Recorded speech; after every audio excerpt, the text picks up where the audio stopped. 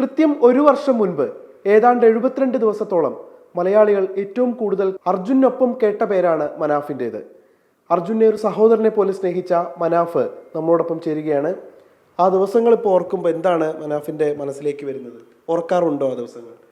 ഓർക്കാത്ത ഒരു ദിവസം പോലും ഇല്ല.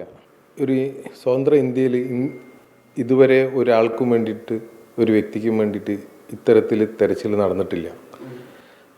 ആ രൂപത്തിൽ എല്ലാ സംവിധാനവും ഉപയോഗിച്ച്, എല്ലാ മിഷനറി ഉപയോഗിച്ച് നടത്തിയ ഒരു തെരച്ചിലേന് അവസാനം 72 ദിവസങ്ങൾക്ക് ശേഷം അതിനൊരു സമാപ്തി ഉണ്ടായി. ഒരുപാട് പ്രയാസങ്ങളും ഒരുപാട് പരിഹാസങ്ങളും ഇതൊക്കെ കേൾക്കേണ്ടി വന്ന് ഈ ഒരു ദൗത്യത്തിൻ്റെ പിന്നിൽ നിന്നതിന്. അതിനുശേഷമുള്ള താങ്കളുടെ ഒരു ജീവിതം എങ്ങനെയാണ്? അതിൻ്റെ പിന്നിൽ ഒരുപാട് സഹായങ്ങൾ നമുക്ക് ആ സമയത്ത് കിട്ടിയ ആളുകളുണ്ട്.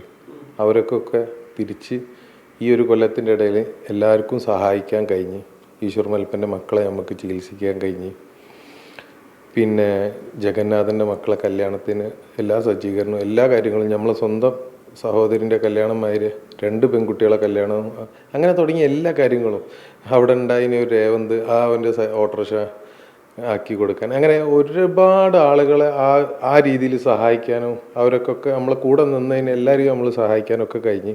എങ്ങാനും ഇവനെ കിട്ടിയില്ലെങ്കിൽ ഞാൻ ഇന്നും ഗംഗാവലി പോയി എൻ്റെ സൈഡിൽ തന്നെ നിൽക്കേണ്ടി വരുന്നു. അന്ന് കേട്ടത് ഈ അർജുൻ്റെ കുടുംബവുമായിട്ട് ചില വിയോജിപ്പുകൾ ഉണ്ടായിരുന്നു, പിന്നീട് അത് പറഞ്ഞു തീർത്തു എന്നൊക്കെ പറഞ്ഞു.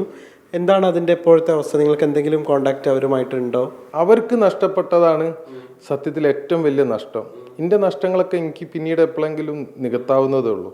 സാമ്പത്തിക നഷ്ടങ്ങളും കുറച്ച് മാനസികമായിട്ടുള്ള പ്രയാസങ്ങളൊക്കെ എനിക്കുള്ളൂ.